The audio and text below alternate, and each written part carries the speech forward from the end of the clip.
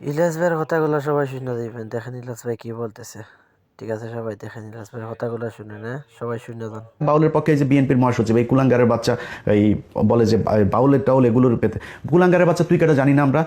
তুই সারা জীবন তোর মেয়ে একটা আছে, ঘর জামাই আরেকটা আছে, দুইটা অস্ট্রেলিয়াতে রেখে তোর টাকা পয়সা সব পাচার করছিস। ওই আওয়ামী লীগের সময় পর্যন্ত তুই টাকা পাচার করছিস অস্ট্রেলিয়াতে তোর মেয়ের কাছে। তোর মেয়ে এখন দেশে আসে রাজনীতি করে। এতদিন কই ছিলি?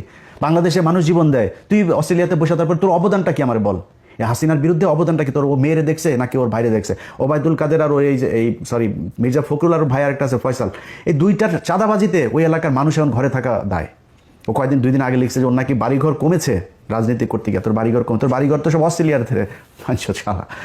ওরা এসে এখন এই মুক্তিযুদ্ধ নিয়ে বাউল দেখবেন, এই এদের সবার এগুলি সব এক জায়গায় হয়ে যাবে দেখবেন। বাউলের ক্ষেত্রে ওরা এক জায়গায় হবে। আর ওরা আমার আল্লাহরে নিয়ে যেই কথা বলেছে, তুই কিসের বালের বাউল? কোন জায়গার বাউল আসছিস তুই এখানে করতে?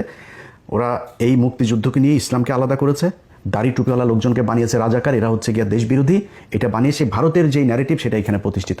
এই ন্যারেটিভ দিয়ে এই দেশের রাজনীতি করা যাবে না, আমরা করতে দিব না। যতই চেষ্টা করেন চালায় যান, দেখেন কাদের পক্ষে লোক যায়। ঢাকা বিশ্ববিদ্যালয় দেখেছেন না, রাজাকারকে বাঁচিয়ে করে ওপেনে বলেছি পাকিস্তানের ক্যান্ডিডেট রাজাকার, ও জিতেছে তো। ওই সামনে নির্বাচনেও বেশি খেলা করতে আসবে না কোনো দল, আশা করি। এই মুক্তিযুদ্ধ নিয়ে আশা করি কেউ খেলা করবে না, আওয়ামী লীগ নাই যেহেতু, আর কেউ করবেও না আশা করি। সো যারা যারা এই বাংলাদেশে এখন মুক্তিযুদ্ধের 32 নম্বরের বাউল, তারপরে এই যে চেতনায় বালছাল নিয়ে আসতে চাইবেন, ভাই কেউ